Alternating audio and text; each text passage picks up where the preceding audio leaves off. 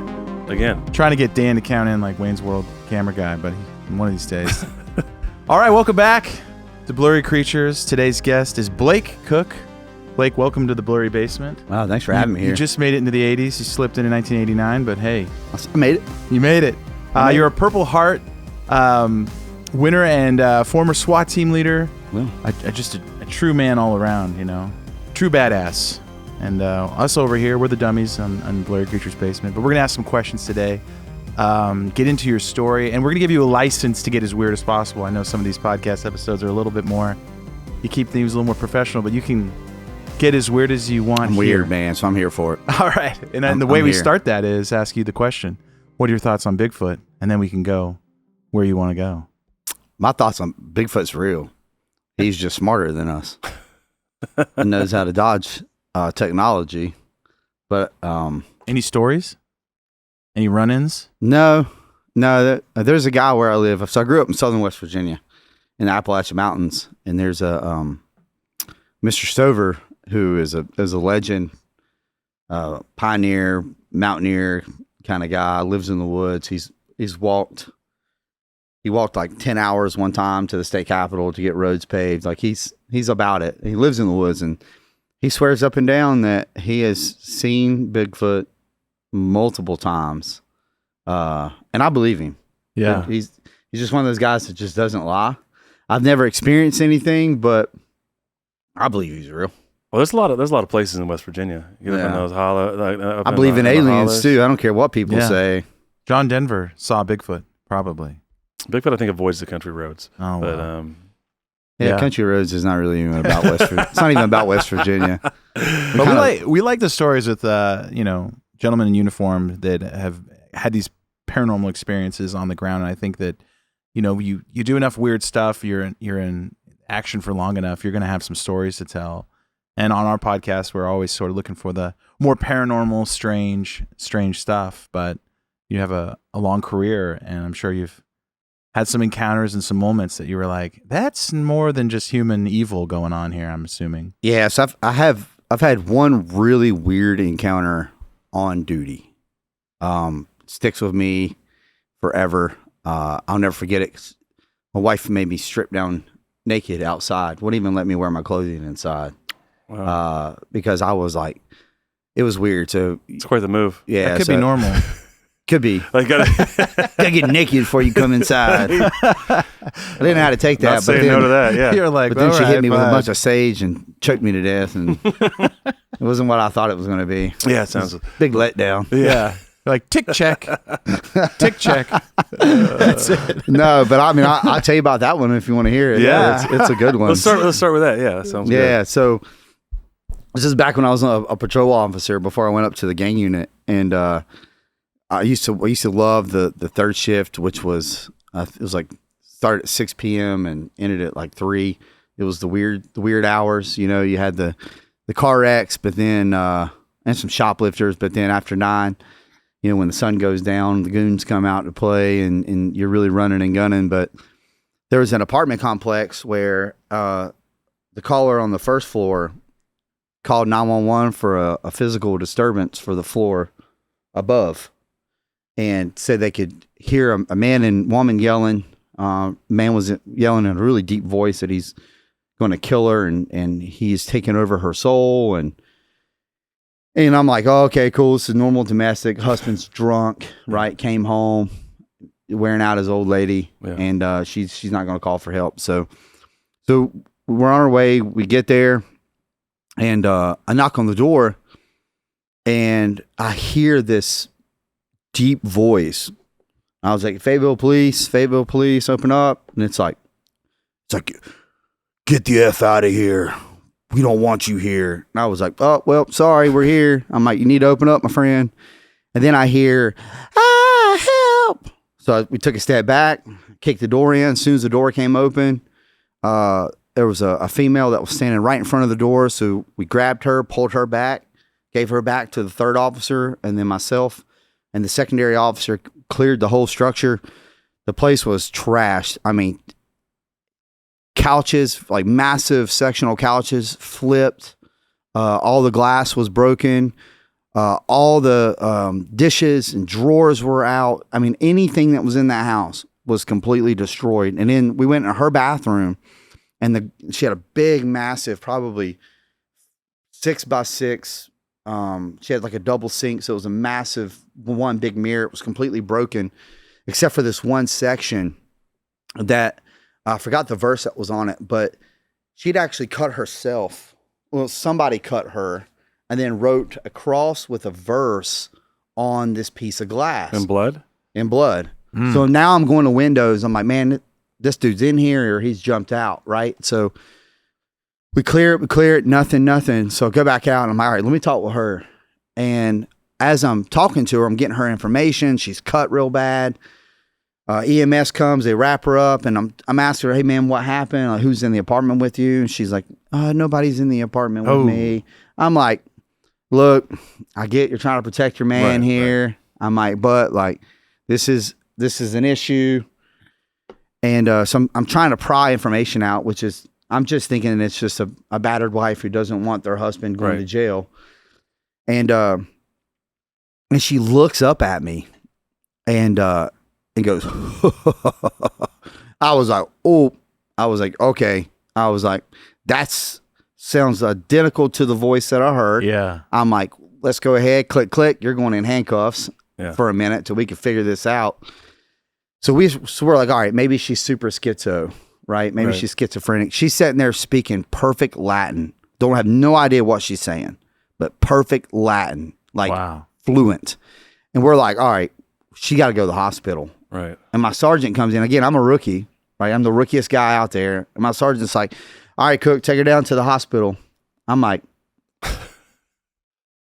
you want me to put her in my car after because I believe that people get possessed. Y'all might not believe that. Oh, so you thought that at the time? Oh, yeah. I was like, at first I thought she was schizo until she started speaking perfect Latin. Yeah. And then I was like, cross, Bible verse, perfect Latin.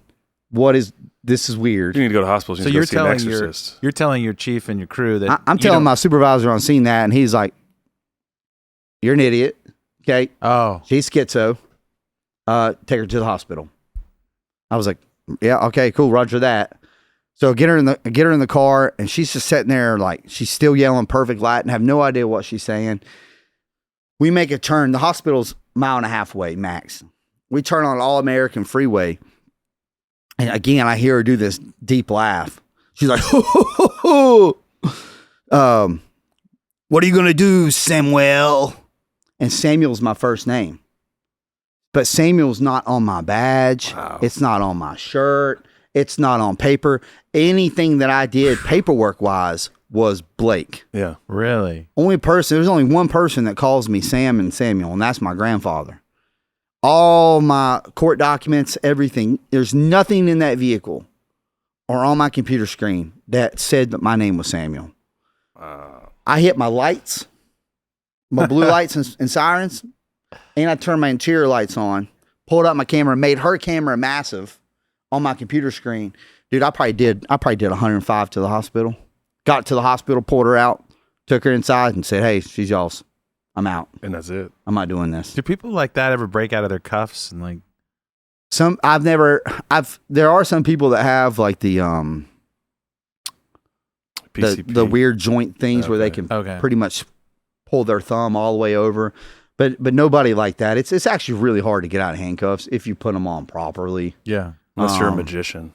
Well, they say that demonic possessed people can have like superhuman strength, throw like 10 dudes off of them, and they just kind of go berserk. But I believe it. I mean, I'm a big believer in spirits, demonic spirits of I'm gonna get chill bumps.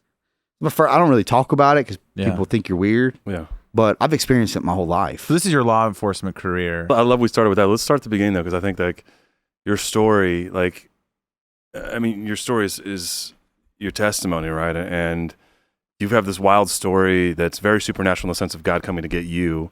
And I think that will set the stage for these other crazy things that we can talk about. But because you have a wild story in and of yourself. I mean, you're from West Virginia. That's where we started. We kind of jumped ahead to law enforcement, but there's a long story before that and after that for you. Born and raised in West Virginia. So Southern West Virginia, coal mine town. Sports were everything. You either got 4.0s and went off to med school or an attorney or a dentist, or you got an athletic scholarship, or you went to the coal mines. Like that was your three options. And I wasn't super smart. I didn't want to go to the coal mines.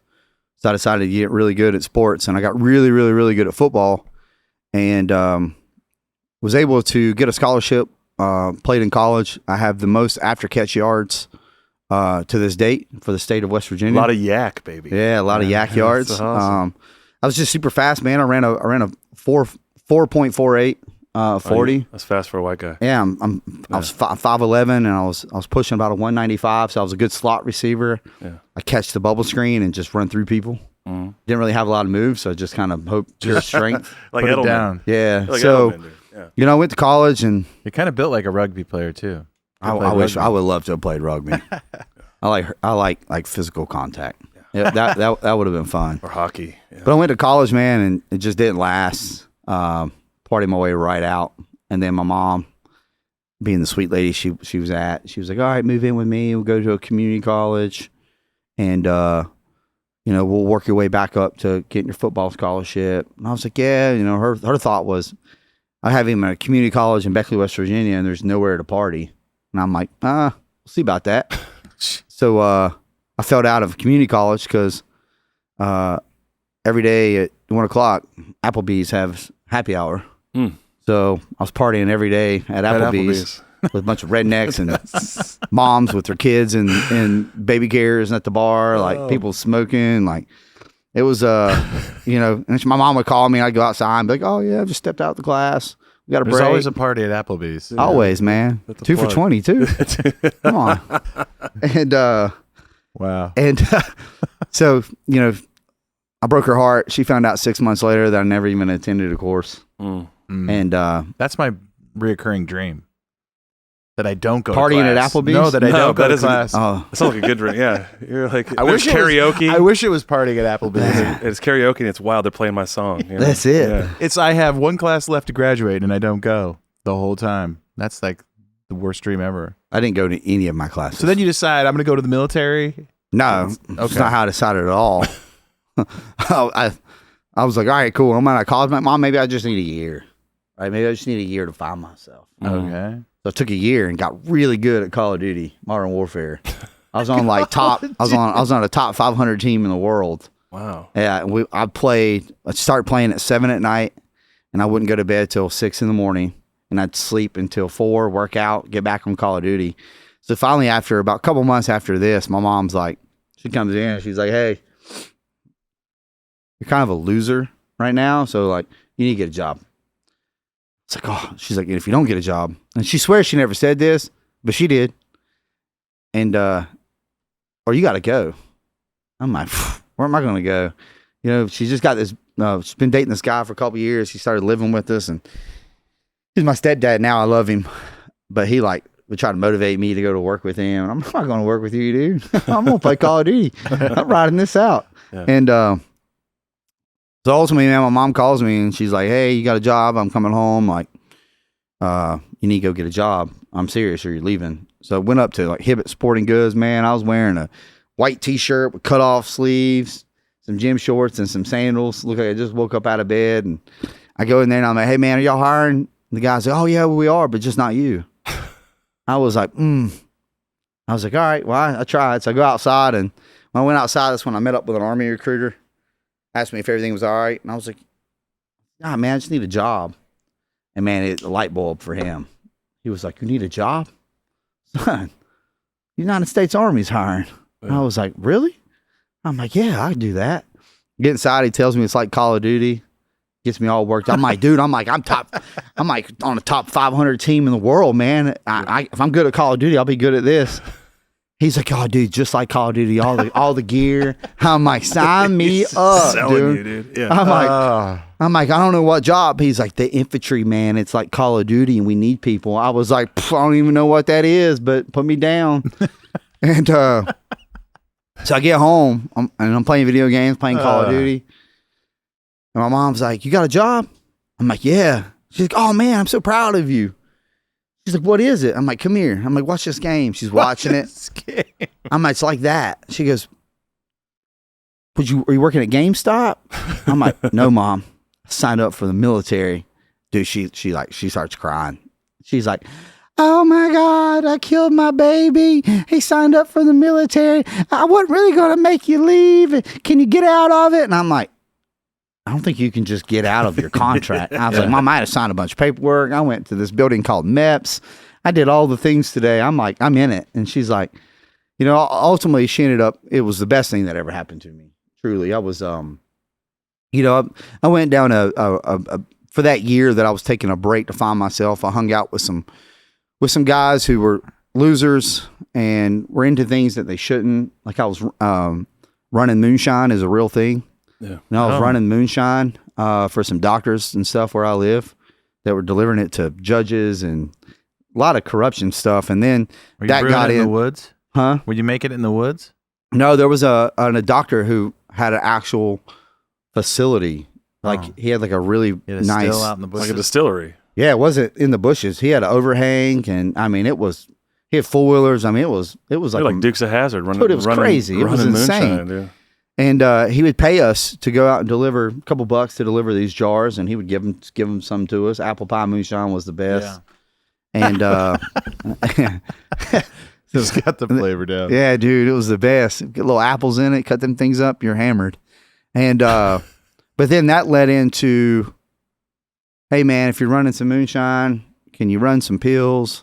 You know, and it led into some weird things. I did that a couple times. I was like, this isn't right. I got to do something with my life. Like, ended up breaking away from those friends. You're like, I got to do the opposite. I got to stop these guys. I was like, this is weird. Like this, at the time, I didn't know any better. I was 18, 19 years old, and I didn't think anything of it. I didn't really know about drug problems and stuff like that. And so I was like, man, this is weird. So I isolated myself from everybody and just worked out and that's when I got really good at Call of Duty, because I was like, I'm just going to play video games. Everybody wants to hang out with, either wants to smoke weed, either wants to do drugs, or wants to just go get hammered. And now I got people handing me little bags of pills, and it's just like, that's not where I want to be. Like I didn't know anything about it, but I knew it wasn't right. Right. And you can get really locked in on those small towns in West Virginia where people don't have ambition, you know, and it's they don't have jobs, so everybody there sells drugs. Right. Yeah. There's no way out. There's no way out. There's no way out. And the only way out for me at that time, was to join the military. Yeah. Was it like Call of Duty? Absolutely not. Absolutely not. Nope. Because in Call of Duty, I didn't poop into a barrel and have to stir it with diesel fuel and watch it melt away. That was not in Call of Duty. Wow. They did not tell me about that. He did not. So that should be in the extended edition of Call of Duty. You're like, I went to basic. I didn't have anything in my contract. I didn't have anything cool. Get there, all these people were like, oh man, we're going to RAS. Or it was RIP at the time. RAP. I think it was RIP. And what's that? It's Ranger Selection. Okay.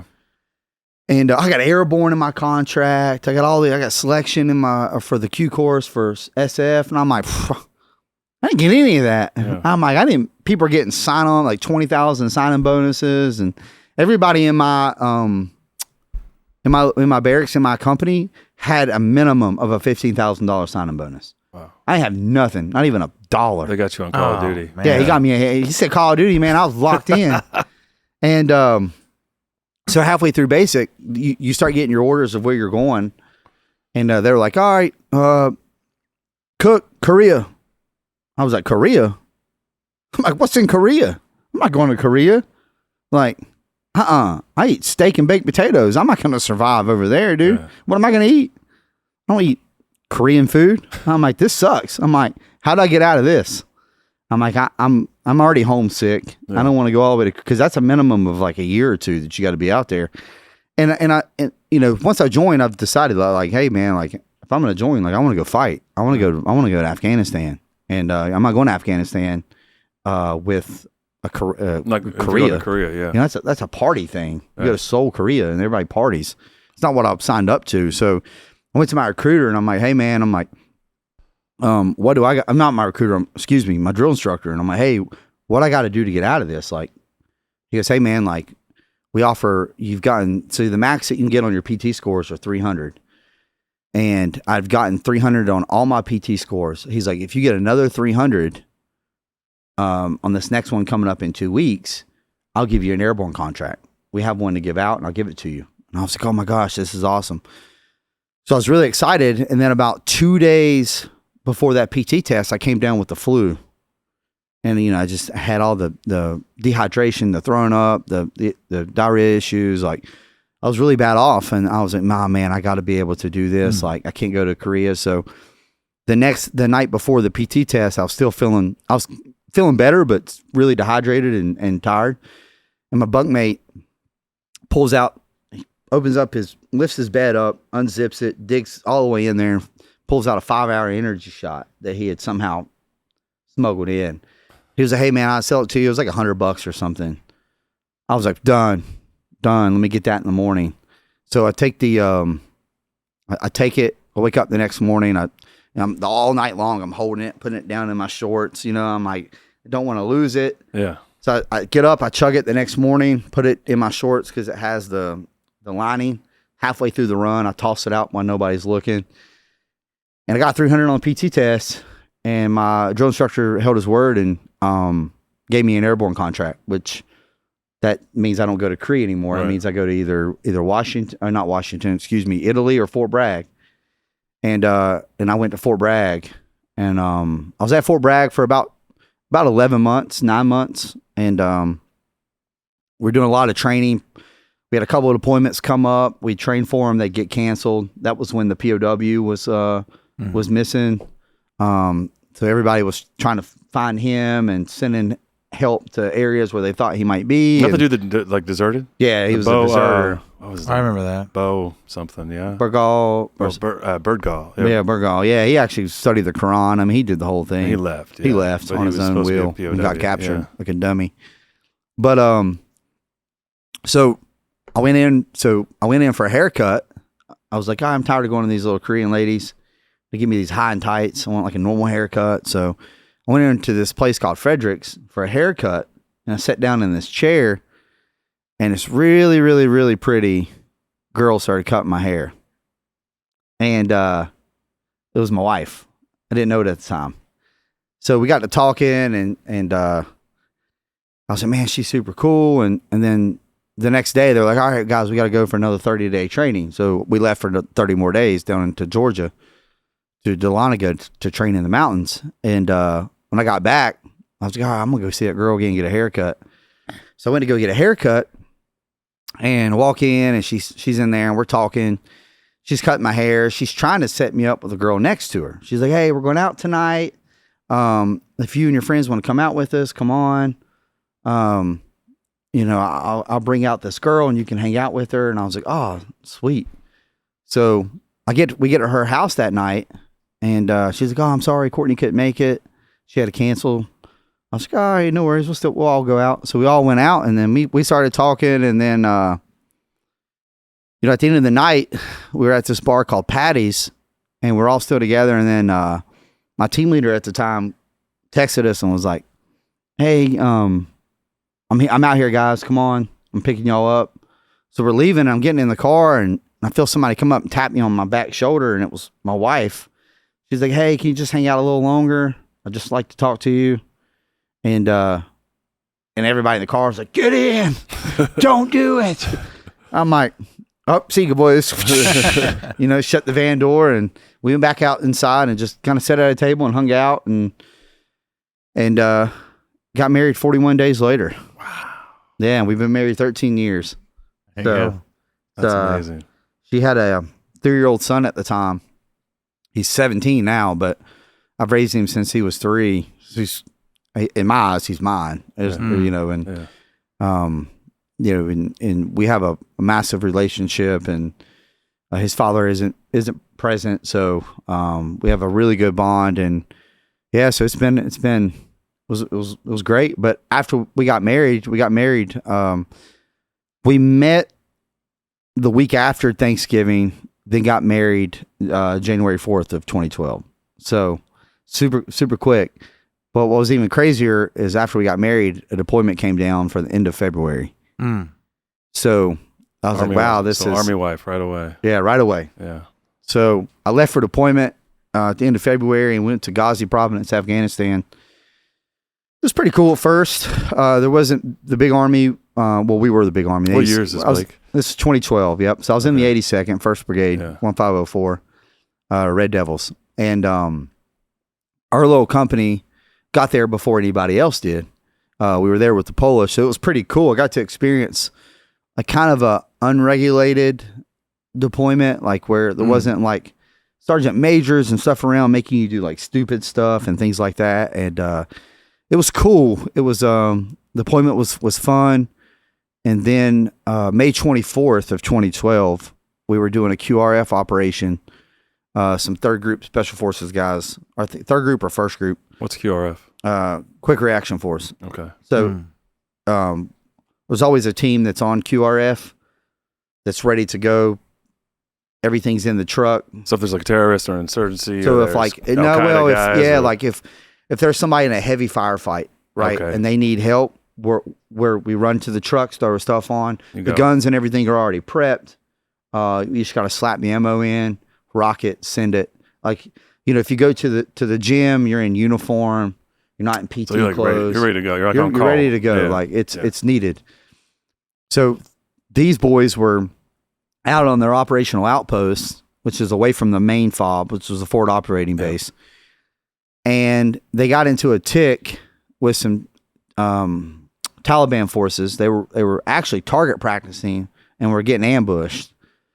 And they were on four-wheelers and stuff. And they were pretty bogged down. So the fastest way to them was a side road that was a black. So black means that it hasn't been cleared for IEDs in 2 weeks.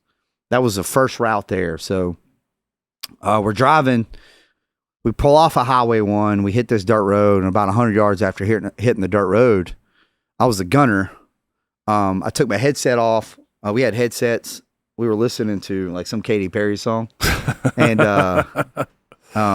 as one does. Oh man, it was head into a firefight. Starship was the name of that song. So we took the headphones off. I went to holler at somebody, and as I took my headphone off, I saw it. I didn't hear it, but I saw like a massive bright light. Like imagine if these things were like a million looms in front of you right now. The heat, everything. And then I saw like pieces of dirt and rock and pieces of the truck in like a real slow motion feature kind of going up. It was like everything just slowed down tremendously. And then it did that for about a couple seconds, and then boom, I came down and I hit the 240 with my face. So immediately, so this is a great example. I can use it with this. So I'm in the gunner's turret, right? It's a circle, and I got the machine gun, the 240. The blast comes up, boom. The pressure throws me back, breaks my back plate in half. Then I come forward and break the whole right side of my face on the gun. Like I have zero feeling on this side of my face still to this day. So I broke all this, and they put me on a gurney. So what happens? You drive over an IED? Is that okay? Yeah. So are you in a Humvee or truck? We're in MRAPs. Okay, one of the larger vehicles. Yeah. So the truck in front of us, it was self-detonated. It wasn't self. It was and it was remote detonated because it was blown up right in between the two trucks. And EOD that went out later on the next day after I was already flown out to Bagram. Estimated it to be about a 500-pound IED. And I mean, how much C is that? So I woke up like 10 minutes later. Is that C4? Is that like 500 pounds? Does that mean 500 pounds is like C4? Yeah. Wow. And probably multiple, probably 500, 100. Did they remotely, let me ask this, like, because I don't know anything about cell phone. Did they remotely detonate? Yeah, they were watching. Did they try to get it on, they're trying to get your truck on top of it, or they're trying to hit both trucks that they're doing between? Probably trying to hit both trucks at the same time. Okay. So I wake up 10 minutes later. There's a lot of chatter on the radio. Somebody said that, so the talk, which is the command post that has the big balloon up that's seeing everything, they're reporting a large, heavy presence of possible Taliban fighters moving to our location. This is after you're getting blown up. Yeah, I'm strapped on a board. They can't get a helo in to land to get me out. Are you the only injury, or are there multiple casualties there? I'm the only massive injury. Okay. There are people that have injuries, but I was the only one that went unconscious for 10 minutes. Because you're on top. Yeah. And there were some people that got on the bird with us, but I was the only one strapped to a board. And so they can't land a helo because of these possible people coming. The sky was already, it was a no-fly zone for some reason. I don't know why. So they ended up sending out 2 Apaches to fly around, secure a landing zone for the Black Hawk. And I woke up as I'm being loaded on the Black Hawk. And I tell you what's funny about this is one of my old gang partners, right? Kelton Glorfield. I didn't know this until I met him. He was the medic, or not the medic, but he was the gunner on the ship that picked me up. Oh, wow. I didn't know that. I didn't know him at the time. He was my partner in the gang unit. So later in the story, you end up being partners. Like 7 years later. With the guy that came to rescue you. Yeah. That's wild. And so, I'm on the bird, and we were talking about Blackbeard, right? Why I love Blackbeard so much. So I look up, and every helo, every Black Hawk, the crew has a flag that they want to fly, whether it's their favorite college team, their state flag, whatever. This helo just happened to have a Blackbeard flag. Well, so pirate flag. Pirate flag. Oh, just for So we were talking about this pre-roll. You got a Blackbeard tattoo. We're talking about how several. I got this one. I got a whole Blackbeard chest piece on my leg. I literally have Blackbeard tattooed on my leg. Does that happen after this point? Yeah. Okay. Yeah. So I see the flag, and then I'm like really dizzy from my brain injury, and so I ended up passing out. And I woke up in Bagram Air Force Base. Actually, I woke up at our forward operating base because they couldn't find me to Bagram because of the sky was a no-fly zone. So I'm laid in Bagram for about a day, maybe a day and a half. And what kind of injuries do you have at this point? Do you know? No, I had some nerve damage. I had a traumatic brain injury for sure. I was thrown up. I just was like, my body was super weak. My legs were really weak. Didn't know because I couldn't really see a doctor. I'm at just a medic tent is all I'm in. They're trying to get me to Bagram to the hospital, and they couldn't because of the no-fly zone. So, so while we're dealing with this, somebody comes in and says, "Hey, man, you need to call your wife." And I'm like, "Yeah, I'd like to talk to her." And they're like, "Well, it could be a little hectic at first." I'm like, "Well, why is that?" Well, apparently, and I found this later on from her, is the family readiness group, which is like the wives of people who are there, called my family, my wife, and told them that there was a accident and I was possibly deceased. Oh, man. And so for a little while, that's the phone call that they got. Jeez. And so ultimately, I was able to give him a call shortly after, confirm that I was actually alive. I'm not dead. I'm not dead. Yeah. So, my mom had a freak out moment. And so I remember laying there like for a whole day. I'm just laying there staring at the ceiling, just watching multiple dead Afghan civilians come in. I'm watching multiple dead. I literally watched a surgery on an Afghan police force guy that came in, was shot head to toe. They're like trying to save him. Blood's everywhere. I'm just like laying there. I can't do anything. I can't really move. I'm strapped to a board. Have like this other kids that's just kind of sitting with me. And then they come over and they start, you start hearing the sirens, which means they're incoming, which means we're getting mortared. So we're just getting mortared all day. And so I'm laying there strapped to this board with an injury. And all I have is just I got just a line of bulletproof vests. Everybody's just placing bulletproof vests on top of me in case our tent got hit with a mortar. Yeah. I'm like, yo, that's not going to help. Can I get out of here? Like, let's fly me out. So finally they got clearance. They flew me out to Bagram Air Force Base, which is like a little mini U.S. town at that point. And I stayed there for about a month and a half, 2 months. And I wasn't feeling great at the time. And I was like, I'm good. Like, I want to go back. Lied on all my tests, said I was good, went back, ended up coming home and just went and just everything by the time we got back home from deployment. So I finished it out for a couple months. And then by the time I got home from deployment, my brain injury was really bad. My nerves, my brain and my nerves in my body wasn't really communicating very well. So I just had a massive list of injuries, and so they sent me to the Warrior Transition Battalion. So I had 3 medical appointments every day, speech, memory, and physical therapy for almost like 2 years. Wow. Well, for a year and a half. And then after I did this whole, so Walmack Army Medical Center they started a traumatic brain injury pipeline. There were 6 of us. I think 2 of the guys killed themselves. One guy just dropped out, and 3 of us actually, finished the pipeline. It was a really extensive pipeline. Like, it was a lot of puzzles, and like they would time you on loading magazines, and it was really stressful. And so they released me.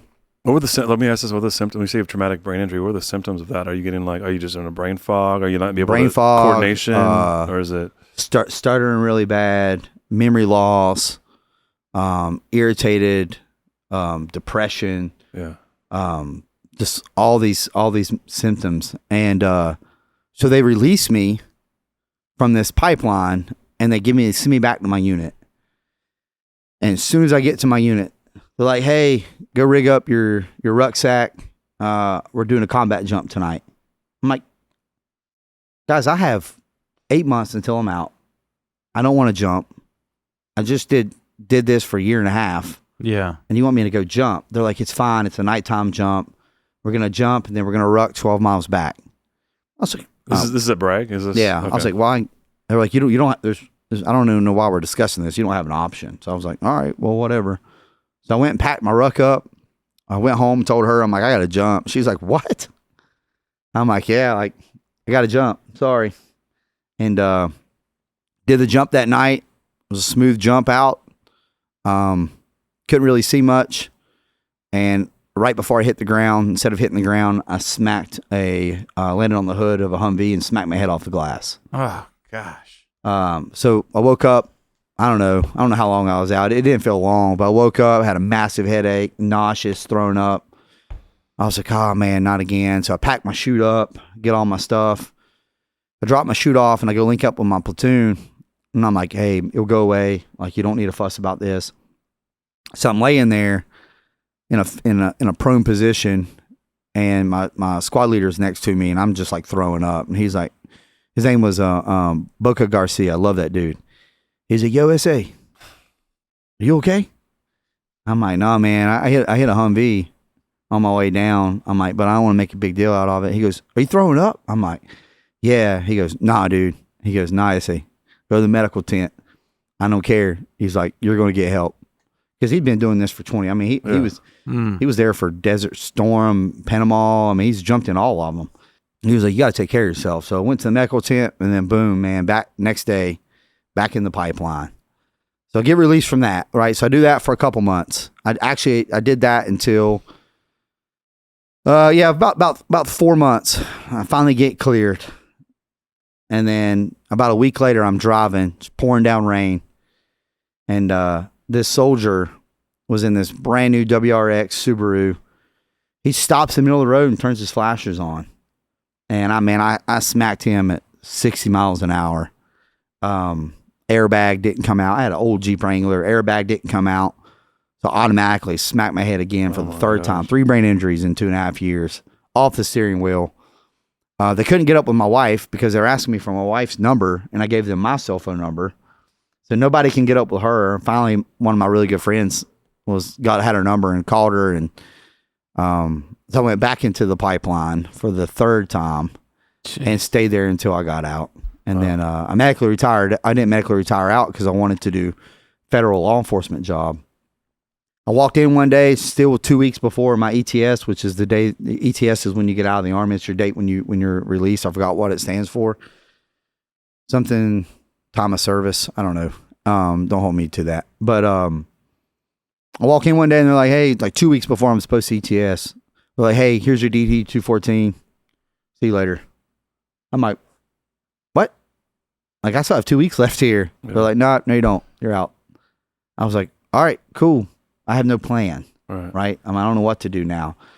So I'm driving home and I see this armored vehicle with Fayetteville Police Emergency Response Team doing 100 miles an hour down Bragg Boulevard. And I was like, man, I want to do that. That's what I want to do. And signed up for the Fayetteville Police Department and was very fortunate enough to be selected to do that. And I did. I was on patrol for about a year, and they had tryouts for the emergency response team, which is how I met Brandon. I met Brandon shortly after the academy. We worked kind of the same area together, and he just kind of like took me under his wing. He's such a good dude. Yeah. I love that man. Shout out to Brandon. Yeah, shout out to Brandon. Love you, dude. But, you know, he kind of helped me like get prepared for the ERT and was like really motivated me to do it. I mean, it was an honor to, like, when you saw those SWAT guys walking around with the uniform, with the tab on their shoulder that said Fayetteville Police, and then you had the long tab that said Emergency Response Team. Like, man, when them dudes showed up, like, you felt at peace because you're gonna live because SWAT's here, and so. I got a waiver because you're supposed to be on the department for 2 years, and I got a waiver to go try out. And a lot of people fail multiple times, and I was very fortunate enough to pass and get selected first go around. And you know, so I did that most of my whole career. SWAT, yeah, SWAT. It was so we're a part-time team, full-time status. Yeah. So.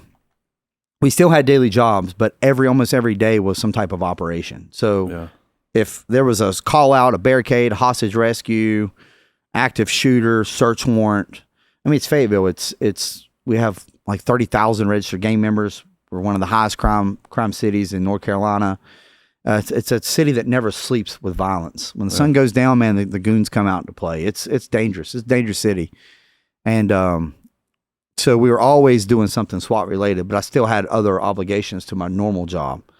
But anytime something came out, we were always we went, man. We had 2 phones. When the bat phone went off, we took it and we ran with it. So so I did that, and then later on a position with the gang unit popped open, and I was like, man, I really want to do that. I'm fascinated with the cartel. I'm fascinated with gangs and all this, and so I did it. I tried out, and man, it was one of 2 people that got selected, and funnest job I've ever had, man. Grew a massive long beard down to here, hair down to here. Got my hands tattooed. Yeah. Was loving it, man. We were like a bunch of cowboys. We made a difference in that city. So what's evil look like from like when you started your career till you ended it? Evil is evil, man. Evil doesn't change. I think evil's been the same. Murderers, rapists, people who really aggravate me are people who sell drugs to addicts that are family members to somebody else. To them, they're a customer. You know, my dad's a real bad drug addict, and I struggled with that for a long time. I tried to save him several times. Last phone conversation I ever had with him in 2023 is he straight up told me, like, you're a piece of crap. You couldn't even save me. So you can't even save yourself. Wow. And it's the last conversation I ever had with my father. And it was really my dad's addiction was the downfall to my personal life and the downfall to my career. Because once I found out that he was that bad on drugs, I became obsessed with putting drug dealers in federal prison. Obsessed. I had no compassion for you, your family. Like, you got treated like crap by me. Like, when you went in handcuffs, I don't care if you were dying of thirst. You're going to die of thirst. You ain't getting no water. Because I you know, at first I try to have compassion, but they would say, man, I don't care about the people we sell to. Right. And I'm like, in the back of my head, I'm like, man, I'm about to punch you. Like, my dad's an addict. And so that was hard because I let emotions get involved. So I was acting out at work. You know, and I don't want to get into the police chief. I did that on the Sean Ryan show, and I don't want to get into that. There was a bunch of leadership issues too that just were not good. They wanted to suspend me for a week for telling a guy that I was going to effing kill him. And I have a scar. You can probably see it from over there, but this scar here and here is from me holding that dude's front sight posts of his gun that he was trying to kill me with. Wow. And they said it would have sounded bad on CNN because of George Floyd. So I was like, all right, I'm out, man. Like, went to the bathroom, cried, went and saw a doctor, and got put on leave and medically retired out. I couldn't do it no more. But man, I had a blast in LE. Like, and I said it, and I'll say it again. Like, you want to make a difference in your city? Yeah. Crime's high in your city, man. Go get you about 6 to 10 good dudes. Yeah. Put them in plain clothes. Tell them to lawfully go do things. Right? There's no gray line. Yeah. Black or white. Operate in the law. Right? This is America. We have the Constitution. People are protected. Yeah. If you're a veteran, it's what you fought for. Like, we're not breaking people's rights. Drug dealers and people who are crime and evil doesn't change. Yeah. It might be in different forms, whether it's murders or rapes or robberies or anything like that. Just people who are careless of life. Like, the people who scared me the most were non-traditional gang members. So you have traditional and non-traditional. Traditional gang members are ones that are established nationwide. Same gang, multiple cities, like 8 Trey Crips, Hoover Crips. Those are all different sets in different states. They can be Sex, Money, Murder, Eastside Mob Piru, which is Lil Wayne's, who he's established with. They're throughout different parts they're everywhere, right? Non-traditional gangs we start a gang right here. Yeah. Blurry Creature Street Boys, right? It's a tough gang right now. Yeah. And but those are the gangs that are unorganized. They have no leader. Yeah. They're the first ones to shoot. Do you think there's a spiritual component to that? I think so. Yeah. I have a spiritual component to that in LE. I think I'd have been a much better police officer. I think I'd have had more success as a police officer if I would have walked with Jesus. So talk about that. What's your faith journey like? You have these multiple head injuries, where these bad things continue to happen. I'll tell you this, man. I'll tell you my downfall. 2018, Black Friday, me and my brother went to visit my dad. And my dad's always, ask my wife, my dad was always like, don't drink, drink's bad. My dad took us to church every Sunday. He brought so many people to God. And we went to visit him on this Friday. And that was the first time I ever saw my dad high. And he couldn't even talk to us. My brother spoke his piece to him. My dad got raged. He was on cocaine, raged. Demonic look in his eyes. And he took off running downstairs. And I was like, let's go. That's where he keeps his gun. So first thing I did is I ran out the house, jumped the fence, opened up my driver door of my truck, got my gun. And I'm like, I'm not getting shot. Like, we're going to do this and we can do it. We get in my truck and my dad comes outside and, I didn't see his hands. I just backed out of the driveway it felt like 100, but it was probably 30, 40 miles an hour and it was still fast for backing up. And just spun that thing around and we got out of there. And, I drank myself into a coma that night and I was so mad at God. I'm like, how do you let a man of faith, a man that's brought so many people to Jesus, how do you just allow him to get addicted to drugs? Like, Jesus, you perform miracles. Right. You brought back Lazarus from the dead.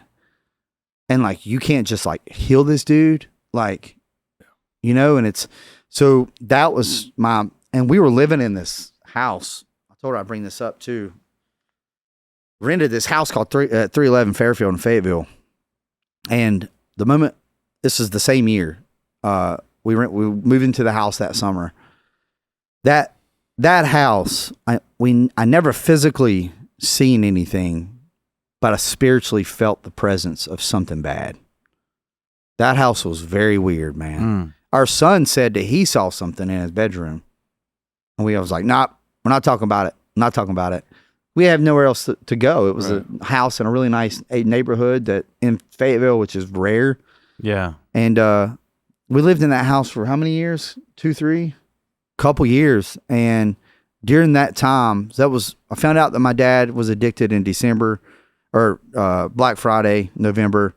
We moved in like July. And then while we lived there for about 2 years. And during that 2 years was the worst I've ever been in my life. Spiritually, mentally, physically, we were partying and drinking. Our marriage was crumbling. We almost got a divorce just because I was so focused on attacking drug dealers at work. When I came home, I wasn't physically present or mentally present. I was on my phone talking about trash dumps and trash pulls, like how are we getting this guy? Just didn't care about them. We could never, ever be on the same page. And it was something in that home, because once we bought a house and moved out, when we drove away from that house, you could feel a sign of like that we've never felt before. We lived in this other house for 6 months before I medically retired. And it was just a happy house. Yeah. We got along great. And you said the address, so if you live there now, like it might be haunted. Might want to have an exorcist come over. Yeah, dude. So like, I mean, we would find the garage door, the door that goes into the garage, that thing would just open on its own. No matter if it was locked. We would lock that thing, dude. Like deadbolt lock it. And it would open itself up. And we would find that thing open in the middle of the night. And it was weird because it was down the long hall, and it bypassed the living room, the kitchen. It was just a dark room. Yeah. And when I would be gone working late nights, because of the gang unit, man, bro, I might go into work, and I might be in Washington, D.C. following somebody. Yeah. And she'd call me and be like, Blake, something's in the attic. There's somebody up there slamming something. And I'm like, nobody's in the attic, Nicole. Like, we don't have somebody that lives in the attic. Yeah. And I'll be honest with you, I didn't have the balls to go up there to look either. I wouldn't have. Whoever can be up there, hey, You're man. chasing gangsters. Like, I'm not going up there to see that. Nah, man, you live in rent-free up there if you're up in our attic. But it was just a really bad 2 years of our marriage, and just how we felt both, how we both just felt. I attempted suicide in that house. New Year's Eve of 2018, after I found out my dad, she had just had a surgery, so she was out. Put her in the bed. She literally just picked her up that day, took her and put her in the bed. It was New Year's Eve, and she was asleep. Our son was at his grandfather's house. I drank 2 bottles of Jack Daniel's honey, and made a suicide video to my family.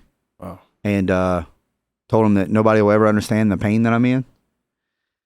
And went to, had my, I'm shining the video, I'm shining to the bottle of whiskey. There's my duty service weapons in there. And I'm crying. I got this big biker beard, this long hair, and put the phone down, put the gun up, put it to my head, went to pull the trigger. And two things happened. I had a female German Shepherd at the time. She jumped up and ran straight over to me. But I also heard like this demonic kind of laugh. And I was like, he shouldn't have done that, because he did that. It angered me. Because I was like, what are you about to do? You're letting the devil win. The devil won. He's laughing at you right now. And she was like on top of me. Like, the dog was. Yeah, moving my arm. So I put the gun down and just continued to drink until I passed out. But there was something in that home and in that 2 years it was wild. Is that voice similar to? Yeah. To the one that you heard in that lady? Yeah, that I'm getting chills. Demon, man. That's just I don't know how to describe it, but it's a very demonic. It's a very demonic voice. It's a very eerie voice that stops you in your track when you hear it. Sure. I mean, I could have been drunk. Who knows? I doubt it. I mean, you had. But there was definitely evil in that right, home. Yeah. Let me just say this though. Like, anybody who's been drunk, you don't get goosebumps. No. From the time you were hammered. It's we've had so many experiences with. I don't know what it is about me, but man, since my childhood, it's always been. I've always I've seen and been around like spirits. It's almost like they find me. It's even as a kid, in our house we grew up in. Yeah. When I was a baby, my mom, my brother was in the bathtub. He's older. My mom was doing her hair in the bathroom next to my brother, and this little baby walked by the room, the door to the bathroom in the hallway, going to my room. and she thought it was me, so she automatically ran out and then went to my crib to see if it was me, and she said I was in there sleeping. And that house was weird. We didn't have like anything bad, but TV would change, doors would open, cabinets would slam in the middle of the night. We just got used to it. We had nowhere else. Nothing bad. It's just haunted. We had nowhere else to live. Yeah. Like that was it. So it was like we just, you know, to be honest with you, like I slept with my mom until I was a teenager. I was terrified. Yeah. And my brother was completely different than me. He wasn't terrified. He lived in the basement. He didn't care. No issues. Made friends with the darkness down there. Yeah. I want to get to some of the other. I know you have some good paranormal stories, but like, you know, you decide not to go through with suicide. What happen? I mean, what happens next in the sense of how do you find your faith? Yeah. The next morning, I woke up and went to work. Got some. One of my really good buddies stopped me in the hallway, helped me go get some help. Got some help, and man, I didn't find faith for a while after that. We'll fast forward to I medically retired, moved to the beach. Got really into partying. One of my really good friends owns a bar there, so we play this game called Liar's Dice. It's an old pirate game. Play Liars all the time. Yeah. And man, we play that, and we would take a shot before the game, during the game. Loser pours first shot. Take a shot after the game. We go through 2 bottles of Sky Blood Orange vodka like it was nothing. And again, alcohol was killing my marriage, and she couldn't keep up, nor did she want to keep up. So ultimately, it was just straight up, hey, like you either get help or you stop this, or we're gonna have to go. So I started a training company, and I was training local teams and just to get her off my back, and I was still drinking, but it was worse because then I was secretly drinking in my garage, and then and once I tore my Achilles tendon.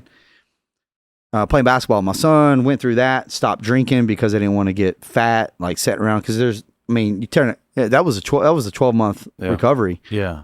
Like I couldn't run and do anything till 11 months. And so then I got serious about training, and then I got a phone call from my aunt during a training event. Was like, hey, your dad's dying. He's rotting away in his room in his house. So I went to school with his probation officer, called his probation officer, set up all this stuff, got him. The probation officer went there. The chief of police went there, and I was like, arrest him. He's got drugs. There was drugs everywhere, paraphernalia. They wouldn't do anything with it. Real corrupt small town. And but the probation officer ended up arresting him on all that, and I gave him the option, either go to jail or go to the hospital. And he went to the hospital, and then literally got transferred to Roanoke Hospital, and 3 days later had an open heart surgery for a valve. His valve was so bad from shooting heroin that it had vegetation on it. So they had to replace the valve. He had a 10% chance to live, made a full recovery. I spent, $6,000-$7,000 cleaning his house, stripping carpet. His house, think about this. He's got a 3,000 square foot house, 3,500, I think. Now, imagine all the houses I've been in. It's the most disgusting house I've ever been in my life. Because the dog, you're busting drug dealers. The dog had withdrawals from dope and was having diarrhea all over the house. Oh my god, it was bad. The dog ended up dying 2 weeks later from like drug withdrawals. Yeah, drug withdrawals. And so I spent all this money getting my dad help. My cousin showed up, Josh Lumbo, love him, showed up, got on his hands and knees, scrubbing things with me. And ultimately my stepmom still stayed in contact with him, and they ended up lying, getting domestic violence protection order out on me. Once he got out of the hospital, she lied and said that I was laying down the street with a sniper rifle and pointed it at her. And I'm like, guys, it's a little corrupt town with no good, nothing. I'm like, I have video proof that I'm home right now in North Carolina. Like I have cameras. I have 8 cameras at my house, inside and out. Like I'm protected. And they still issued it. And I had to pay my dad's wife and write an apology letter to my dad's drug dealer. That was part of the bargain crazy. For her to drop the DVPO. And after that, man, it was I was like, there ain't no God. There ain't nothing. I went down you talk about a raging drinking binge, man. I went full sin.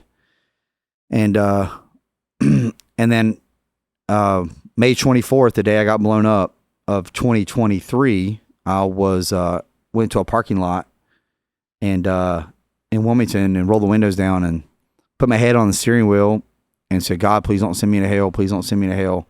Please don't send me to hell. I can't do this anymore. And at that point, I fully surrendered. Give me 1 second. I fully surrendered to him. And I went to grab the gun. And when I went to grab the gun, my phone rang. That was next to my gun. And I realized, I didn't have him saved at the time, but I realized at the time it was Kyle Morgan, the guy that I trained with now from Blueberry. He called me up. He's my best friend. And he calls me up. It's who we do the podcast with and everything. Yeah. And he calls me up and he's like, hey man, sorry I missed your call yesterday. I'm like, man, you're calling at the right time. And he's like, I have an opening for my course this weekend. You want to come take it? So I did. And it gave me a little hope, a little motivation. And because you were gonna kill yourself. Yeah, I was about to kill myself. And yeah. Didn't, I believe at that time I fully surrendered. Yeah. And that's what Jesus was waiting for me to do this whole time. Waiting for us all, right? Yeah. Fully surrendered to him. So I took the course, and at the end of the course, as I'm there, Kyle was like, hey man, I need your help instructing. So I started helping him. And then pretty much after that, started working with Blueberry. And, there's three of us. There's Kyle, me, and Steven. Kyle's a former special missions guy, former law enforcement. And then Steven's former highway patrol and SWAT guy. But he left highway patrol to go full-time ministry with his dad. Wow. And so we're in ministry now. When we travel to these places, like, first thing we say is, hey man, we're going to talk about Jesus. We're going to pray. If you don't like it, sorry. And the last event that we did was full of down in Texas. It was a room full of 15 hardened SWAT dudes full time. And at the end of this, all these guys were crying, talking about Jesus. Amazing. That's the question I was going to ask you is, like, do you feel like, obviously a lot of military law enforcement get in to help people, but it seems like there's a lot of demons that are attached to the lure to get into some of these. The thing with LE is nobody calls us to give us a hug. Nobody calls us to tell us we're doing good. Nobody calls us to tell us, hey man, I won the lottery today, or hey man, my daughter's getting married. Right. People are calling us at their worst moment. 10 hours a day, 12 hours a day. Every call is somebody's worst moment. Somebody's raped, somebody's murdered, somebody's kid's been abducted, somebody just got robbed. Yeah. Some 13-year-old gang member shot 4 times in the face because he's wearing a 50-cent bandana that isn't the same color as the other kid. Like, when you're in LE, it's hard. Yeah. It's hard to say, Jesus, this is all, because it's like violent every day. It's just darkness. It's dark. It's pure dark. And then you got to go home and smile to your family. Yeah. You got to go home and act like you had a great day. My first call ever was a 12-year-old kid that hung himself. That's horrible, yeah. And I had to tell the mom. Jeez. Like, suicides is dark, man. Yeah. I've seen some gnarly suicides. But it seems like you were drawn to it as well. What do you think was in you before you gave your life to Christ? Was there I think I just wanted to help people, man. Yeah. I don't think I was drawn to the darkness. I've always wanted to protect somebody.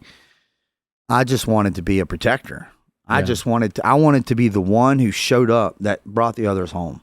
I want to be the guy that people called when things went bad. I want to be the one that has to take that shot. I want to be the one that has to rescue those kids. I want to be the one that makes a positive impact on somebody's worst day. When do you think that started in you? Man, I don't know. I've thought about this question. I don't know. I've always been like that. I've always wanted to protect my cousins, my brother. I've always wanted to just protect my mom. And I think a lot of it comes from from my childhood. I remember my early days, early memories of my mom and dad being together. My dad was really aggressive, terrifying my mom, and I always wanted to protect her, but I couldn't because I was young. And I think in that moment where I saw 2 or 3 of those incidents, one in particular, my mom was holding us at the door. Our bags were packed. She said, I'm going to my mom and dad's. My dad is standing on the stairwell and he's just punching the wall. And my mom was terrified and I just wanted to protect her. And I couldn't. So after, growing up, I was always into working out and learning survival things. I just wanted to be a protector. Yeah. Because of that one incident, it changed my life. What do you think, having done the military tour, been blown up and had to do all, head injury and all and then getting out and then going into law enforcement, like why do you think guys, this is really, it's 98% dudes, right? Like why do you think they have such a hard time with compartmentalizing? I would say compartmentalizing. I have, you thought about ending your life at least twice. And, what do you think that does to a person? Because I know that we have a massive, and this is something that Zach Bell, a good friend of ours, veteran with a sign, has been on the show before. He champions all the time is that like there's this veteran suicide. It's like one a minute. I think the problem in this community is, one, we attack each other. 2, there's a stigma that being a follower of Jesus isn't cool. We're breaking that stigma. Yeah. I have 142,000 followers on Instagram, and everything I post is about Jesus. Yeah. And I'm going to honor Jesus till the day I die. Now, have I always believed in Jesus? Yeah, I have. But have I walked with Jesus? No, not until recently. And I'll tell you where it really dug deep for me is I started in the book of John and I watched The Chosen. The Chosen changed my life. Mm-hmm. The Chosen showed me the expectations of what Jesus wants. It not only showed me the expectations, but it showed me how much he loves you. The scene in The Chosen where Mary gets drunk and goes back to the tent and can't even look at him, and he says, I already forgive you. Yeah. That's love, man. Right. And there's nobody talking about that in LE and in the military. There's nobody preaching about Jesus' love. Right. Everybody's scared to talk about it. Hey, man, if you think you're more bad than me, cool, I don't care. I'm going to talk to you about Jesus. Yeah. And I think that's the biggest problem. Yeah. I think that's why the military and LE community is so dark. It's because all Jesus wants is your faith. Well, and you got to surrender. You talked about surrendering completely. I think I think a lot of people will compartmentalize things like that. Like you said, you go home and then you got to put on a smile, but you've seen the darkest of the dark. You've seen the worst of the worst, right? And then you got to flip this switch, but you don't have anywhere to put that, right? One of the greatest things that I've ever heard said was by BB3, Stephen, our third guy. He said he heard it somewhere. If guys will stop talking to themselves and start talking to Jesus, that's when you don't have to keep that inside of you anymore. When you talk to yourself, you keep it in your soul. Yeah. When you speak to Jesus about it, you give it to him. Yeah. You have to carry that. Do you think that a lot of guys, younger guys that are kind of drawn towards the military and things are kind of running from a demon? Well, if I do something good, maybe that darker voice will go away. No, I think it's just, I think a lot of guys just, like a lot of hard stories. It is.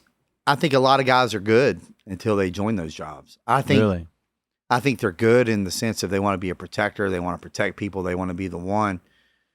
But once they get to that job, they don't understand the true darkness that comes with that. Like a part of my soul, every time I went to one of those, I went to a call one time where it was a murder-suicide. Wife was leaving him. He kicked in the apartment door, killed her, killed his kid, put him on a couch, sat next to him, put a shotgun in between his legs and blew his head off. And he set it up as a family portrait. Jeez. It's just sick, man. So it's evil, bro. Yeah. So when you start taking those calls, it's really hard to find the good. Yeah. Do a lot of those guys look for answers after they go to those calls? And I think they do, but I think they're scared to ask the questions for the answers. And what's like total darkness? Like how do you see it now? Do you see it as more than just human evil? Like there's hierarchy, Satan's there. Yeah, for sure. I think the moment that you, and again, if I'm not bashing people who drink, I'm just saying if you got issues, don't drink. I think the issue with veteran suicide and law enforcement suicide, 183 law enforcement officers took their life, 2023, and then you compare that to 131 who died in the line of duty. So 183 killed themselves, 131 died in the line of duty. Why are we having more that kill themselves than in the line of duty deaths? It's because of this. It's because we see things and we think that if we speak it into existence of seeking help, that it's a weakness. Yeah. So by holding in these dark things and then you allow yourself to get drunk, drunkenness allows the devil to control you and tell you that suicide is the answer. You're worthless. You're this, you're that. And I think a lot of these issues come from people getting drunk and allowing the devil to take over. I think when you drink and you get drunk, I think you open a portal that allows the devil to enter and communicate with you. Well, they're called spirits, right? I mean, so, liquor is called spirits, which is interesting. So I really believe that if we could stop these veterans and stuff that are having hard times. I mean, if you go back and you look, I guarantee you that 80% of the people that take their lives are intoxicated. Mm-hmm. Drinking. Both times, for me, it was alcohol. When you say like you've had spiritual experiences or spirits, you've encountered spirits your entire life, is that perspective look different now on the other side of surrendering to Jesus? Or I'm not scared. Yeah, because I'm. If you have Jesus in your heart, the devil's too scared to mess with you. Yeah, the Holy Spirit. Yeah. Do you believe there was the same spirit kind of following you your whole life, and then you finally had to have a showdown with it? I don't know. That's a great question. I feel like I've always been around some sort of spirit, and but since because you're like a cat, you just keep coming back. So since I've fully surrendered, I haven't had any issues with this. Like we stayed at this house in Alaska. We went out and trained in Haines, Alaska, and this house that we stayed in was beautiful. But it was like from the 1800s. And I'll tell you how bad spirits and stuff freaked me out. The first thing I did when I went to that room is I took out the rocking chair and I took out the mirrors and I put them in the other room. Because I'm like, I'm not waking up to a rocking chair rocking, and I'm not waking up to a figure in the mirror.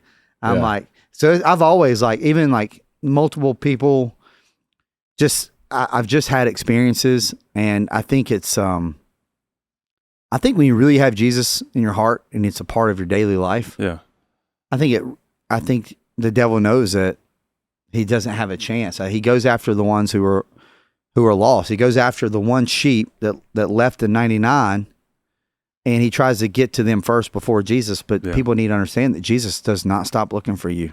Love that, dude. Can I read something to y'all? Yeah. Yeah. Can you hand me my phone? This is something that I wrote.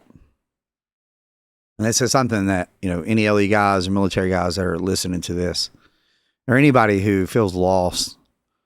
So I wrote this one night. It says, the love that leaves the 99. Before Jesus says the words in Luke 15:7, he tells a story that surprises us. A shepherd has 100 sheep and one goes missing. Most people would say, oh, well, it's just one. I have the 99, but not this shepherd. He doesn't stay put. He doesn't give up. He leaves the 99 in the field and goes after the one that's lost. He climbs hills, searches through dark places, pushes through thorny bushes until he finds it. That's the kind of love Jesus is showing us. It's not cold. It's not distance. It's not about rules, but close, fierce, and determined. Maybe you feel like that one sheep. Maybe you've wandered too far or too ashamed to come back. But listen, God's not waiting for you to fix yourself. He's already coming for you.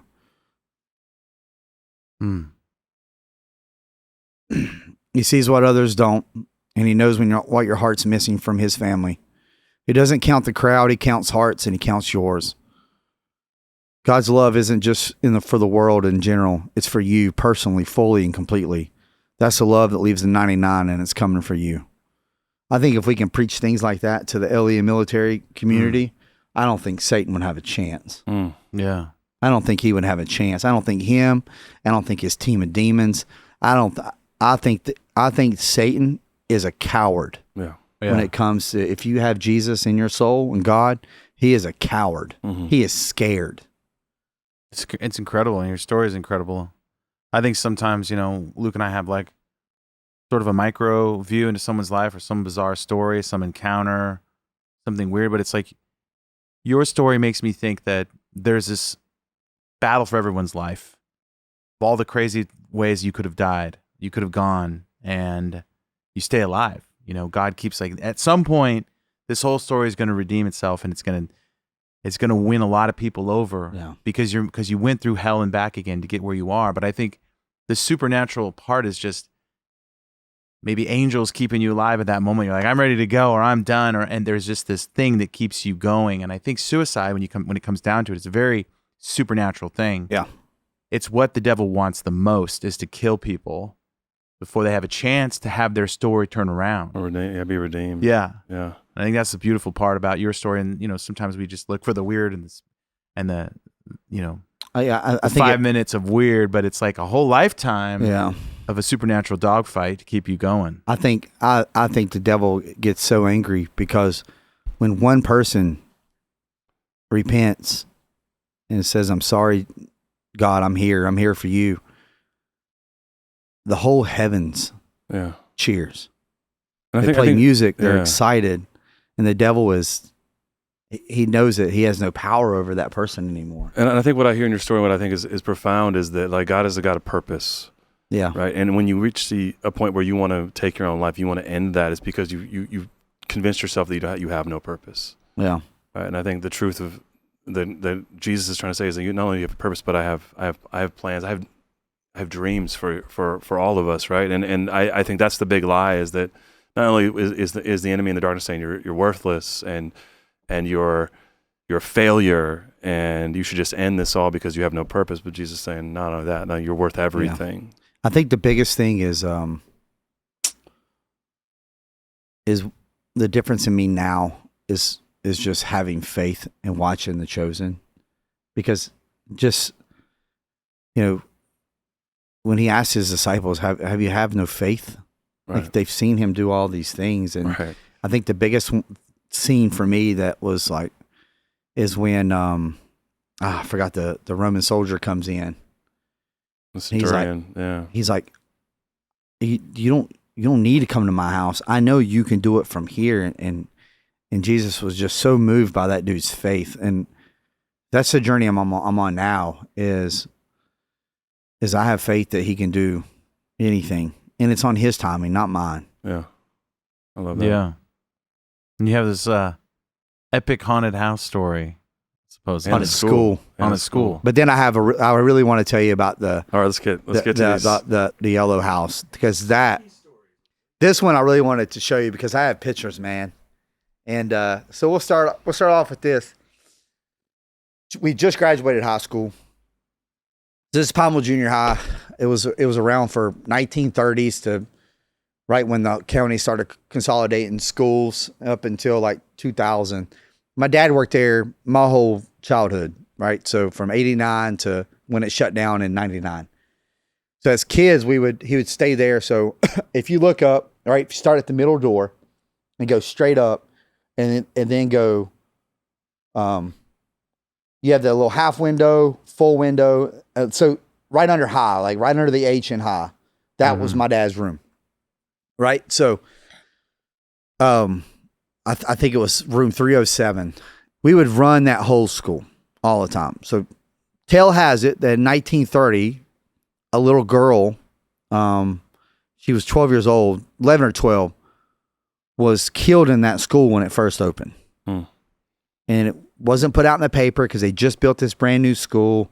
They want to make a big deal out of it, whatever. Well, then there was, legend has it, that in 1991 on Halloween, Of course. the janitor was shoving coal into the furnace and some kids jumped out and scared him, and he had a heart attack, and those kids panicked and they put him in the furnace because they didn't want to go to jail. So that's where we start getting to these two images, right? So as a kid, around 93, 94, 95, my dad would stay late and grade papers. Well, what would we do? We'd go to the gym, me and my brother go to the gym, shoot basketball. Remember those things that I was hoping you guys had one in here, that you used to set on in gym class on your knees and you would roll yourself? Oh, yeah, the rollerboards? Oh, yeah. So we'd take those in the hallway, man. And, but we would always hear this man whistling. And you would hear like a mop bucket being pushed. And then you would hear like this little girl giggling. And we just thought maybe our minds are taking over, right? We're just kids, and we'd see it and hear it all the time. So now let's fast forward to the summer of 2008. The school had been shut down for 8 years. People would break into it. So the window at the bottom floor, right on the back of that staircase. Yep, right there, that window in the corner. That was the arts and craft room. That's the room that these pictures were in. Telling you right now. Telling you. Telling you. Stuff's falling off. Stuff's falling, dude. Should we say a prayer? I mean, come on, Jesus. Yeah. But the Cub Scouts and the Boy Scouts still use that bottom floor right there. They still used it for a little bit. The gym was still an active gym at this time, but all the other doors were locked to the school. And so we broke into it. I can say that. As one does. Because that would be a felony, and we're past the statute of limitations, so they can't do anything. A little B&E in 08, all right. A little B&E action. And with a group of friends, there was about 7 of us. So we go up to the second floor, and the 2 girls that we were with, they were kind of hippie-ish, into like the witchcraft thing. Yeah. So they brought a Ouija board. Bad idea. Bad idea. They put this Ouija board down. They put this candle down. And they're sitting there, and you know, the girl's name was Ashton. She was messing with it, asking it questions. And I was like, well, ask it if it remembers me. I don't know if she's doing it or not, right? So she's messing with it, and this says yes. And I'm like, all right, let me ask a question that nobody in this group knows. I'm like, okay, well, if you know me, you must know me because of my dad. And I was like, what room number was my dad's room? And they had no idea. And that thing went to 307. Now I'm like, looking at my cousin Lumbo. I'm like, did you tell her, did you tell him the story behind all that? He's like, nah, dude, I promise.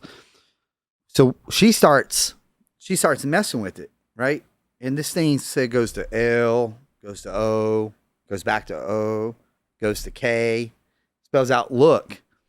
We're like, what? And we look over, and about from here to that middle camera was a little girl sitting cross-legged, hands on her cheeks like this. She had like white undergarments. She had a blue dress on, right? And she had a blue bow, and she had white leggings with black shoes on. Everybody gets up, takes off running. Ouija board gets knocked over. Candle gets knocked over. Everybody takes off running. I take off running. I'm like, slowest man dies, right? So I'm like, I'm out. I ain't You're pretty fast. I'm saving myself. I'm getting out of here. So we all went outside, and everybody's crying. Everybody's freaking out. But then people are like, oh, my cell phone, my purse, my bag. And we're like, well, we can't. What are we going to call the police and ask to go back in? Is the candle catching the board on fire? Or are we burning the building down? So me and my cousin's like, all right, we'll go back in and check it out. Everybody else stay here. So we go back into the school, and man, we are like, because we're moving an inch at a time, right? Yeah, back to back, no flashlight. He's a bigger dude too. So we make it up to the second floor, and no lie, man, Ouija board was right back where it was at when we left. Candle was upright. I watched that candle fall. I watched the candle fall. I watched the wax hit the floor. I watched it. I saw it. But everything was upright and in position as if it was perfect. So we grab the Ouija board. We blow the candle out. We get everybody's stuff. And my cousin's like, you know, we used to love ghost hunting, man. We used to love it. Yeah. He's like, oh, dude, let's pull the app out on the phone. I had a first Gen 1 iPhone. And in the iPhone, well, it might have been, no, yeah. I think that's when it came out. It might have been the summer of 2009. But the Gen 1 iPhone came out, and you could get these apps like the paper toss, and they had this one that was like Ghost Finder app, and it was a radar on like a Navy ship, and it would do the whole like ding ding ding, right, and it would show you spirits around you. It would be a red for demonic, yellow for like a neutral, and then a green for a good spirit. But you could also communicate with it through the app, and the app you would say something, and then the app would give you one word back. Sounds terrifying. Yeah. So we go to this bad idea. Yeah, bad idea. So we go to this arts and craft room after this. Now we're full-fledged, straight up ghost hunting right now. Yeah. After we saw this, we're like, oh, this is our time. This is our time. So we're sitting in this arts and craft room. We're sitting just at a table, a normal square table. He's sitting across from me. We got the app, and he's like, all right, we're waiting. We're like, oh, I'm holding the Ouija board, right? Bad idea. Right. Yeah. I'm like, hey, if there's any spirits here, please make yourself known. This thing starts ticking, and it shows us 2 green at first. And we're like, oh, okay, cool. This is good spirits. We're talking to it. It goes around a couple more times, and then both of them turn to red. We're like, well, if you're an evil spirit, if you're a spirit in here at all, like, prove to us, or this app is stupid and you guys aren't even really here, and this is a waste of our time. And my cousin is messing with some yarn, because it's an arts and craft room for Boy Scouts, and he's twiddling it in his fingers, and this app says string. I'm like, my cousin goes, all right, I'm out. I'm done. He goes, best way is through the cafeteria. We'll go out the big windows. Food. We're like, oh no. So I'm like, all right, I'm out. So I see in the corner where the dot is. I took my phone and I went click. And I had one on top of me. So I turned it around and I just clicked it. So that's the one in the corner. That shadowy figure is who I believe is the janitor. So you can see kind of the arm resting on the table as if he's leaning on the table, like kind of setting on it. So creepy, dude. I believe that's the janitor. And if you go to the other picture behind me, so the bottom left of this, that's my head. The thing directly in the middle of this screen, I believe, is that little girl. You can kind of see off to the left of her head where that looks like hair. So I didn't see these pictures until the next day. So very blurry, so it's on brand. Yeah, very blurry. Yeah. But there's no one behind you in this picture, right? No, there's only 2 people here, me and my cousin. And my cousin is sitting directly across from me the opposite way at the table. So we get up and we run out. So we get out to the main parking lot. Pull up the picture of the school for me, please. So we're out in the parking lot. And as I'm leaving, me and my cousin look around. We're looking at the school. And I'm getting chills. There's a dark figure standing in my dad's classroom staring at us outside the window. I've never been back in that school. School's actually torn down now. It's gone. But I went back inside that school. Pineville Junior High School. Jeez. Bro, So the next morning I wake up and I'm like, man, I got something's wrong with my neck. It's kind of bubbly. I'm like, man, my mom looks at it. It's a burn. I believe that the burn is either that little girl touched my neck or that was just her being close to me. And I got a burn down my neckline like that. Yeah, there's a picture, if you're listening, there's a picture of your neck with burn marks almost across the entire back of your neck. Yeah, so now I have a cross tattooed in that same spot. Junior high was bad, but no, that's real bad. Yeah, that's so. Moral of the story, dude: don't bring any Ouija boards into haunted schools. Yeah. So to confirm what we saw, there was only one other person that's ever actually saw the little girl, and my dad said, "Go speak to Charlie Keaton." Charlie Keaton was a teacher there, and he told everybody that he saw this little girl walk past his room one night when he was grading papers late. He's the only person that's ever saw anything in this school. So I go to Charlie, and I say, "Hey, Mr. Keaton, can you describe that little girl?" And he described her exactly what I saw. He goes, did you see her? I said, yeah, we took a Ouija board in there and you saw her.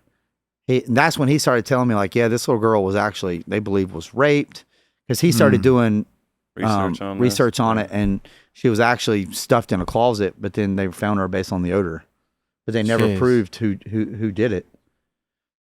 So, I mean, cause again, there's no like forensics back then or, this is like the 30s, witnesses 40s, or nothing. Yeah. It's like 1932. So that school terrifies me, man. Well, it's gone now, right? Yeah, it's gone. I won't even go back to where it's even torn down. Yeah. And then I'll tell you a story later on in life. Me and her are looking for houses. We've been married a year and a half. We're in Fayetteville looking for houses. We're looking at all these rental houses. We're trying to get out of an apartment complex. And I was in the process of being hired at the Fayetteville Police Department. So we're looking at houses. We've got like 6 rental keys. We didn't like any of them. So we drive by this one house that just has a standard for rent sign in the front of it. It says 2-story, slimmer, bright yellow house. We're like, it's ugly, but we're desperate. Yeah. Right. So something drew us to it. So we pull in. So I go up. It's got the realtor lock on it. Pull the handle. I push it. It's locked. So I'm looking through the windows. And we're talking mid-July. We're talking North Carolina, 80% humidity, sweltering, 100% temperatures. It is hot. So I'm like, she's like, can you see inside of it? I'm like, yeah, I can only see through this. I was like, come up here. I'll lift you up. So she comes walking up the steps. I grab her. I lift her up. She's not touching the door. I'm not touching the door. The door goes, I'm like, well, that's weird. I just pulled the handle. It's locked. I just try to get it open. Nothing. Walk in. Dude, it feels like it's 60 degrees in this house. I'm like, man, the AC bill here has got to be expensive. They got this thing on cold. It is freezing in here. I mean, literally, it was super cold. So we're like walking around, and the whole time, man, you feel like something's on top, like holding on to your back. I'm like, man, we're talking about it. We're like, man, this house feels weird. Yeah. I don't know about this. She's like, well, let me just see the upstairs. Let's just see what the upstairs looks like. So we go to upstairs. She takes about 3 to 4 steps and stops and goes, and I just grab her. I didn't ask. I didn't say anything. I grabbed her by the waist, picked her up, and ran outside, shut the door, got in the car. I was like, what was that? She goes, Blake, something stopped me physically from going upstairs, and all I saw was red, like blood. And I was like, what? She's like, yeah, something stopped me from going upstairs. So I became a cop, right? Yeah. Obviously, the first thing I did in my database is the house. I went and looked up the house. For rent, not haunted. That's probably what said on the sign, right? And there was a lot of domestics in that house.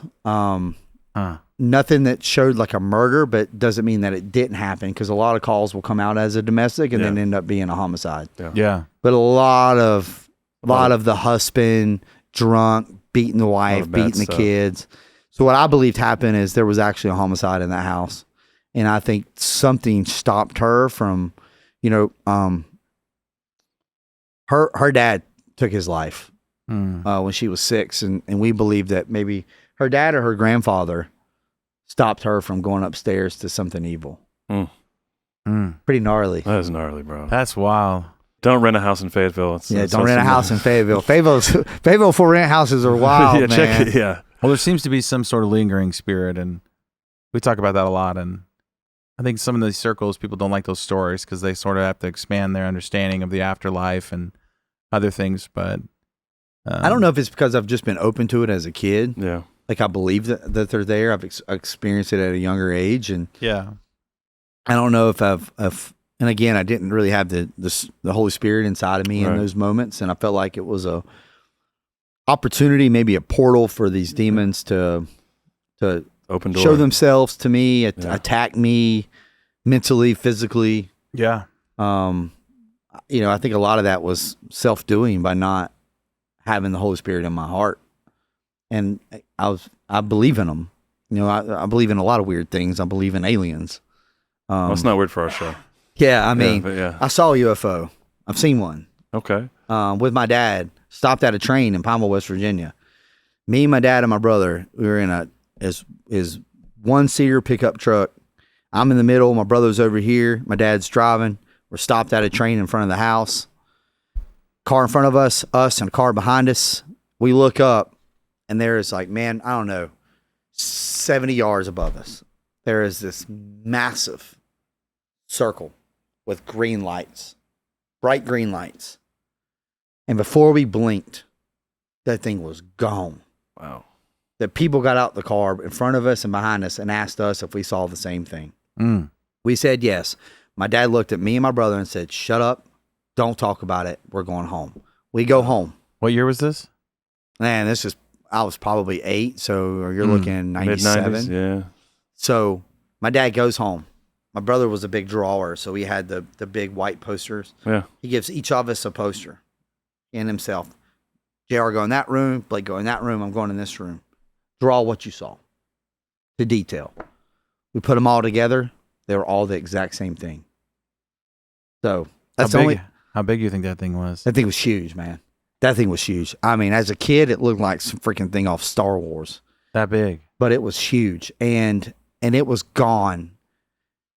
Did it have like? I just remember one piece of metal, or yeah, was it was just one big piece, one big circle, and like a disc. Yeah, and it was gone so fast that you could see the green trail. And I'll never forget that. There are people out there who don't believe in it that call me crazy. I could really care less. Were they actually lights, or were they? I don't know. It was bright green. Interesting. It was bright green, and quite the blurry life, Blake Cook. And it was gnarly, man. As a kid, like bigger than a car, or you're talking? Football field big? I'm talking 75 yards by 75 yards. Yeah, so it's a big. I mean, it was huge. It was over top of us, about maybe 75 to 100 yards up. And I just remember looking at it, and it was so bright that you had to squint your eyes. And it was 10 o'clock at night. We just got food from Pinnacle Drive-In. Okay. Shout out Pinnacle Drive-In. Yeah, how many lights? Like all around it? Yeah, it was just a bright green, and then you could see that it was a disc shape, and then before you did anything, it was gone. Yeah, like it was a blink, like fast as a blink, and it was a green trail. And my dad was like, "Nobody talk about it." Pinnacle Drive-In still going on? Is that still happening? Yeah, dude. All right. Okay. Yeah. Shout out. So the people get out Best of hot dogs in the world. The people get out of the car in front of you. And they asked us, "What did y'all see that?" And we said, "Yeah." You're at a train stop. We're at a train. No, yeah. There's a train going by. Oh, okay. And it's just loud. You can't hear anything. Yeah. And my dad is talking to these other people. They're saying that they heard, that they saw it. They described the same thing, and it was like, holy cow! Like, this is gnarly. Yeah. To see that, like, yeah. I believe in it, and I believe that our government has the blurry grab bag at the end here. The lights is always fascinating to me. Why they have lights on these? It wasn't like I saw individual bulbs. It was just it was really green. It was almost like maybe that's the choice of light for them. Maybe they had them turned on to see what's going on below. No, lights is. I don't know. It's very common. It's very common, and it's sort of like this advanced tech with like this old school like lighting around it. I mean, and I think that part of it, the lighting part of it, kind of makes people feel like they can't believe it because they're like, why would an advanced species have these little lights, on their craft? But they do. I'll never be able to explain it. It doesn't matter how much ammo I save up and whatever gun I buy. We're never going to be able to defend ourselves from aliens. Yeah. They have laser guns. Man, if I can get my hand on one of their laser guns, game over for them. But just like revert back to Call of Duty. Yeah, back at it. Yeah. Well, I think the whole thing with aliens and on our shows, it's like the spiritual and the physical kind of come together. I think so. Yeah. And that's the hardest part about it because as Christians, we sort of have trained ourselves sort of subconsciously that spirits are just floating out there. Heaven is like this see-through place. It's not actually a tangible society, empire, whatever word you want to use, but. Then we see these little because you obviously see like a ghost in an old junior high. That's more like a spirit. Yeah. Then you see a craft and go, okay, there's some kind of assembly line somewhere building these things. Well, I mean, was it a government aircraft? Sure. I don't know. I just know that it was a massive disc shape with the brightest lights I've ever seen, and it was gone. It's wild. I've Just seen a bunch a lot of of aliens. military- Like, look at this old school train that they still use down here. Yeah, It's These like guys in a one-seater it's like truck. they're What are going they to the doing? zoo. bunch of peasants. Yeah, right. Well, Blake, Dude, thanks, man. thanks, man. That's crazy. Dude, talk to our folks, because I know you've a podcast. You mentioned that, and also you're doing training. Actually, try to pitch you on letting me ride along and do some training with you at some point. Yeah, man, when we'd you're love in the area. to have you guys out at some training. That'd be so fun. Yeah, we train private citizens in NLE and active shooter response and What's the company? Blue Bearing Solutions. Okay, BLU Bearing Solutions, and it's just we're able to train people, give them the confidence and the skill. We implement tactics of hostage rescue and put them into active shooter response, and really it's to build confidence in those to be the one to bring the others home. Yeah, that's the biggest thing, and we do it by implementing our faith. I love that. That's what you're saying. Because at the end of the day, you could be a protector. You can go and have the skill set all day long, but if you're not doing the same training with your faith in Jesus, then who's going to save you? Yeah, you got to break out spiritual sweat too. Yeah. Right? Yeah. And we do a fellowship every Friday night, 8:30 Eastern, on our Patreon. There's 2 tiers. There's a $5 tier, and then there's a $20 tier. $5 tier allows you to do the fellowship. We're consistent with it every Friday night. It's awesome. We're up to like 45 people now. Let's go. We alternate between me, Steven, and Kyle on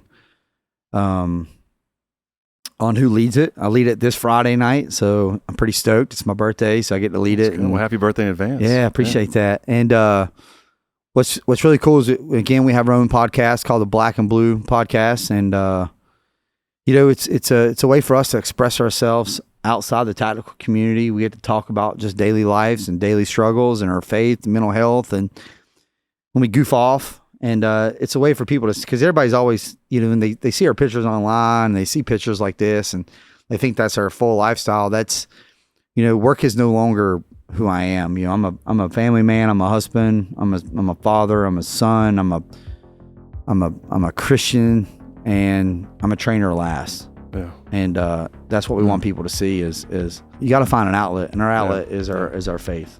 That's awesome. It's such a powerful testimony, Blake. I think